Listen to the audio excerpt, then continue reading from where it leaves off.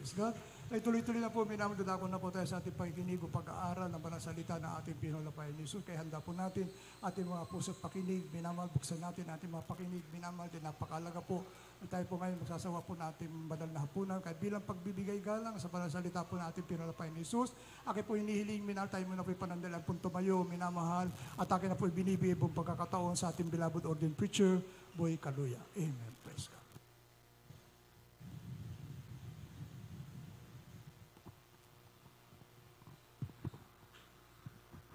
Amen. Amen. God bless you po sa ating beloved preacher, beloved Orlando. Magandang tanghali po. Magandang hapon na po, maminamahal. Na po tayo magsabing praise the Lord. Purin pong ating dakilang Diyos, purin pong ating pinakamamahal na Panginoon. Tayo po'y panandali manalangin, maminamahal, bago tayo dumako sa pakikinig ng mga banal na salita ng ating pinakamamahal na Panginoon. Tayo po'y manalangin.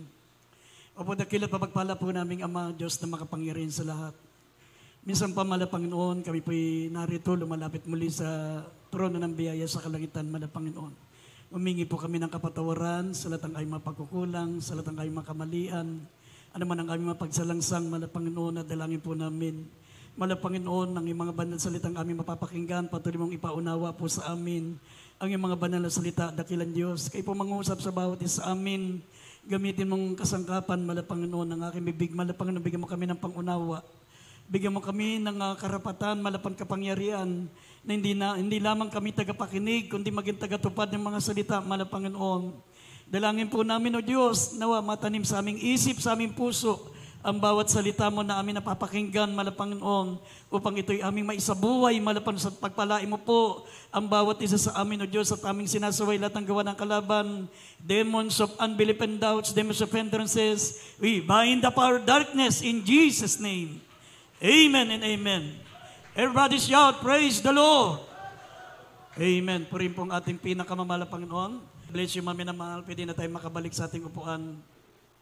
At habang inihanda po natin ang ating pong mga talata dito sa Lucas, Kapitulo 18, talatang 9 hanggang 14. Nais ko po muna, mami na mahal, magbigay ng pinakamataas na pagsamba, pinakamataas na pagpupuri, pagluwalhati sa ating dakilang Diyos natin pinaglilingkuran, ang ating pinakamamahal na Panginoong Jesucristo. At nagpapaabot po tayong dobling paggalang sa ating beloved and honorable pastor, beloved evangelist Wildy Estrada Almeida, the end-time prophet of our loving God.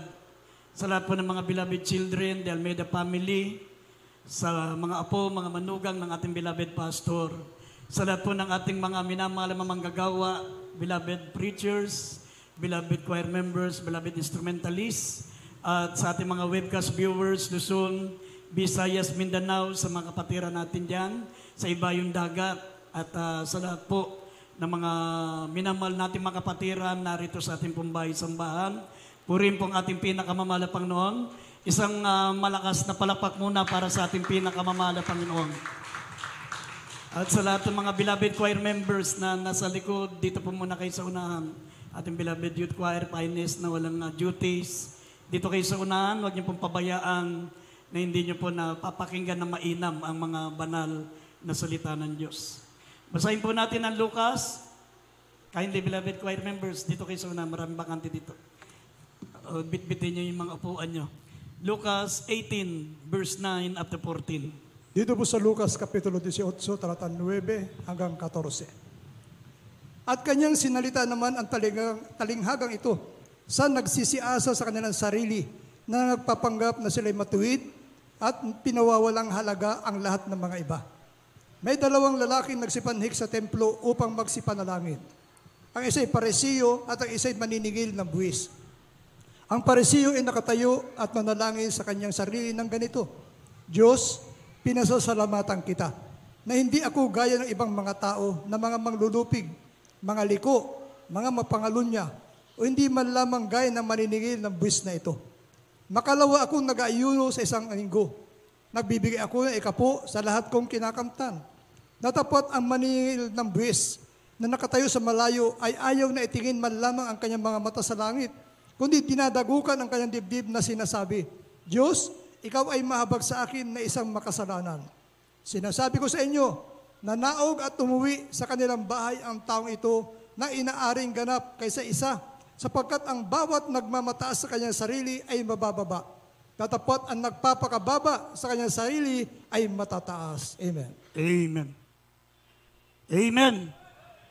Everybody say, praise the Lord. Maminamal, ang ating paksa ay pamagitan po natin the parable of the Pharisee and the publican. Ito pong Pariseyo na tinutukoy dito, maminamal, ito po ay leader ng reliyon. Leader po siya, maminamal, ng reliyong Judismo. At nung panahon yun, maminamahal, kung religion ang pag-uusapan, ang religion ng Judismo po ang pinaka-totoo. 6,000 religion throughout the world, or 4,200 ang mga nakarehistro, maminamahal. Pero pag reliyon po ang pag-uusapan ng panahon ng ating mahal na Panginoong Kristo, Judismo po ang totoo. Yan po ang tamang religion. Itong lalaking ito, maminamahal, ang Pariseyo, isa po'y leader. Kumbaga sa simbahan natin, ito'y obispo. Ito po ay pare sa panahon natin. May mataas na kalagayan, may mataas na katungkulan. At ang tinutukoy dito na publikano, yung maniningil ng buwis. Noong unang panahon, maminamahal, ang pinakamagnanakaw na hanap buhay noon ay ang paniningil ng buwis. Kasi ang mga maniningil ng buwis noon, dodoble nila yung paniningil. Halimbawa, ang babayaran mo lang sa BIR ay 2,000, dodoble ng mga BIR agent noong unang panahon, gagawin nilang 4,000. Ibibigay sa gobyerno ng Roma ang 2,000 at yung 2,000 ibubulsa na nila. Kaya nga, pag sinabing ikaw ay maniningil ng buwis noon, ang tawag sa publikano o makasalanan. Amen. Kaya dito po, malalaman po natin, pinakikita ng ating mahal na Panginoon sa pamagitan ng kanyang mga banal na salita, maminamahal, ang makasalanan at ang mga reliyoso, maminamahal na mga tao ay pareho lang makasalanan sa harapan ng Diyos. Amen? Ang mga makasalanan, maminamahal, at ang mga reliyoso, maminamahal, sa harapan ng Diyos ay pareho lamang makasalanan sa harapan ng Diyos. Kaya sinabi ng Biblia, maminamahal, for I am not to come to call the righteous but sinners to repentance. Naparito ako hindi para tawagin ang mga matutuwid, kundi ang mga makasalanan. Kaya nga, publikano o Pariseyo, pareho lang makasalanan sa harapan ng Diyos. Amen. At dito po, maminamahal, makita nyo po kung paano po inaring ganap ng Pariseyo ang kanyang sarili, maminamahal. Ayaw ng Diyos na ikaw, maminamahal, ay nagmamalaki sapagat iniisip mong mas matuwid ka kaysa sa iba. Sinabi rito, maminamahal, ng Pariseyo, Panginoon, nagpapasalamat ako sa iyo. Ako ay hindi ako makasalanan. Hindi ako magnanakaw, hindi ako nakikiapid. Hindi ako pumatay ng tao, hindi ako gumawa ng kasalanan. 2 beses ako nag-aayuno sa isang linggo. Nagbibigay ako ng 10 bahagi tandog. Lahat ng katwiran, maminamahal, na ginagawa niya sa kanyang paglilingkod, isinumbat niya sa Diyos. At sinabi niya, hindi ako katulad nitong maniningil ng buwis, na hindi makatingin sa langit, hindi makatingin sa iyo. At sinasabi niya sa kanyang sarili, Panginoon ko, Diyos ko, na mahabag ka sa akin na isang makasalanan. Sinabi ng Biblia, maminamahal, umuwi. Yung 2 taong yun, isang Pariseyo, isang publikano, na yung Pariseyo itinataas ang kanyang sarili habang ang makasalanang publikano na maniningil ng buwis ay ibinababa niya. Sinabi ng ating malapan, sinasabi ko sa inyo, ang nagmamataas sa kanyang sarili ay ibababa ng Diyos. Ang nagmamataas sa kanyang sarili ay ibababa ng Diyos. Samantalang ang nagpapakumbaba ay itataas ng ating pinakamamahal na Panginoon. Kaya maminamahal sa dalawang taong ito na pumanik sa bahay-sambahan, nagpunta sa church, ang itinaas ng Diyos, maminamahal, yung nagpapakababa na inaamin, Panginoon ko, narito po ko isang taong makasalanan, kahabagan mo po ako. Samantalang yung isa, maminamahal, na wala siyang ibang sinabi, kundi yung kanyang katwiran, yung kanyang ginagawa na matuwid sa harapan ng Diyos, sabi, siya'y ibinaba ng Diyos. Dahil pagpatungkol, maminamahal, sa kaligtasan, sabi ng Biblia, for by grace ye shall save, and not of yourselves. It is the gift of God, not of works, lest any man should boast. Sabi ng Biblia, maminamahal, tayong lahat, kahit sabihin mong wala kang gaanong kasalanan, kahit sabihin mong ikaw na ang pinakamatuwid na tao sa balat ng lupa, lahat tayo hindi nakaabot sa kalulatian ng Diyos. Amen? Ang kasalanan, pareho lang sa harapan ng Diyos. Kasalanang malaki, maliit, pareho lang na kasalanan sa harapan ng Diyos. Pareho rin na ang kabayaran ay kamatayan sa impyerno at pagkatapos itapong ka sa dagat-dagatang apoy. Pareho lang. Amen? Kaya nga, kung itataas natin ang ating sarili, maminamahal, at ibaba natin ang iba, sinabi ng Biblia, ibabagsak ka ng Diyos, ibababa ka, at yung binababa mo, yun ang itataas ng Diyos. Amen? Gusto mong itaas ka ng Diyos? Itaas mo yung sarili, yung kapwa. Itaas mo yung kapwa para itaas ka ng Diyos.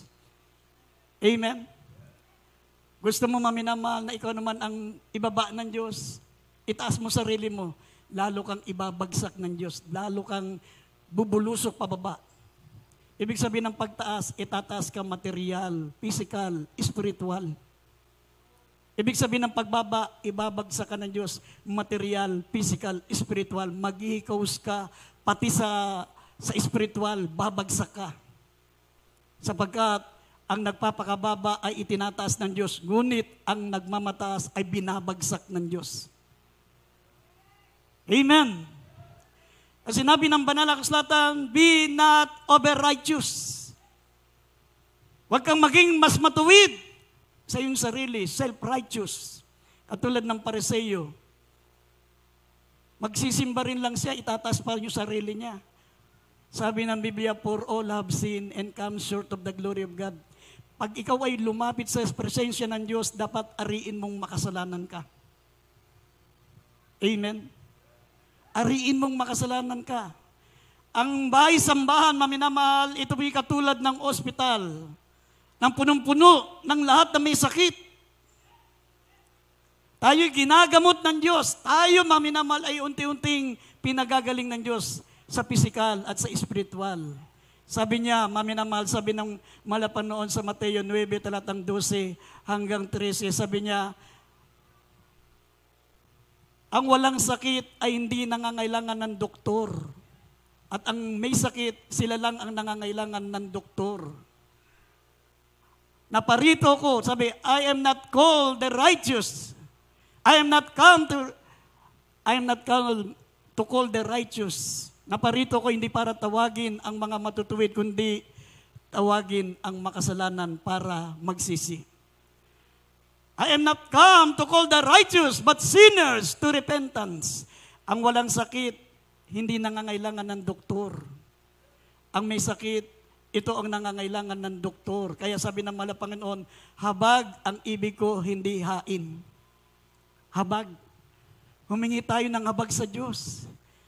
Ariin natin na tayo makasalanan. Sabi ng Biblia, huwag mong ipalagay na mas matuwid ka kaysa sa iba. Huwag mong ipalagay na mas matuwid ka sa iba kasi galit ang Diyos sa mga self-righteous, sa mga over-righteous. Nasa Biblia, Philippians chapter 2 verse 3 at dito sa Ecclesiastes 7, talatang 16. Basahin po natin yung dalawang talata. At isama na rin natin Mateo 9, 12 hanggang 13. Dito po sa Philippians chapter 2 verse 3, ako'y lubusin ninyo ang aking katuwaan upang kayo magkaisa ng pag-iisip. Tignan niyo, Brad, bali may binabasa mo. Ay, hindi, Pili- ayun o, nasa TV, Brad, binabasa natin. Pilipos, Maubos na huwag oras ninyong gawin ang anuman sa pamagitan ng pagkampi-kampi o sa pamagitan ng pagpalalo, kundi babaan ng pag-iisip na ipalagay ng bawat isa ang iba ay lalong mabuti kaysa kanyang sarili. Dito po sa Ecclesiastes chapter 7 verse 16, sabi po rito, huwag kang lubhang magpakamatwid, ni huwag kang manglubhang magpakapantas. Bakit sisirain mo ang iyong sarili? Dito po sa Mateo chapter 9 verse 12 and 13. 12 and 13, sabi po, datapat nang ito'y marinig niya ay kanyang sinabi, ang mga walang sakit ay hindi nangangailangan ng manggagamot, kundi ang may sakit. Datapat magsihayo kayo at inyong pag-aralan kung ano ang kulugan nito. Habag ang ibig ko at hindi hain. Sapagkat hindi ako naparito upang tumawag na matuwid, kundi ng makasalanan. Amen. Amen. Amen. Ibig sabihin, maminamahal, ang church, ito po ay kalipunan ng mga makasalanan na babaguhin ng ating mahal na Panginoon. Amen. Tayo galing sa lusak ng kasalanan. Sabi ng mahal na Panginoon, naparito ko, hindi para tawagin ang matuwid, kundi ang mga makasalanan para akayin sa pagsisisi. Ang mga may sakit, ang nangangailangan ng doktor, at ang mga walang sakit, hindi yan nangangailangan ng doktor. Kaya pag-aralan nung ibig kong sabihin, sabi niya, habag ang ibig ko, hindi hain. Ang gustong marinig na malapang nun yung habag. Yung nagsusumamo tayo sa Diyos, malapang nun, isa po akong makasalanan. Gusto ko pong makalaya sa kasalanan. Gusto ko pong magbago. Gusto ko pong maglingkod sa iyo. Gusto ko po ng langit. Ganon ang gusto ng malapang nun yung habag. Umingi ka ng awa, umingi ka ng habag. Hindi katulad yung ginawa ng Pariseo. Panginoon, salamat ha. Hindi ako katulad ng iba dyan. Yung iba dyan mangangalunya. Yung iba dyan magnanakaw. Yung iba dyan ay pumapatay. Samantalang ako, 2 beses ako nag-aayuno sa isang araw, nagbibigay ako ng ikapo. Sabi ng Panginoon, mga minamal, ang mga nagpapataas, binabagsak ng Diyos. Amen?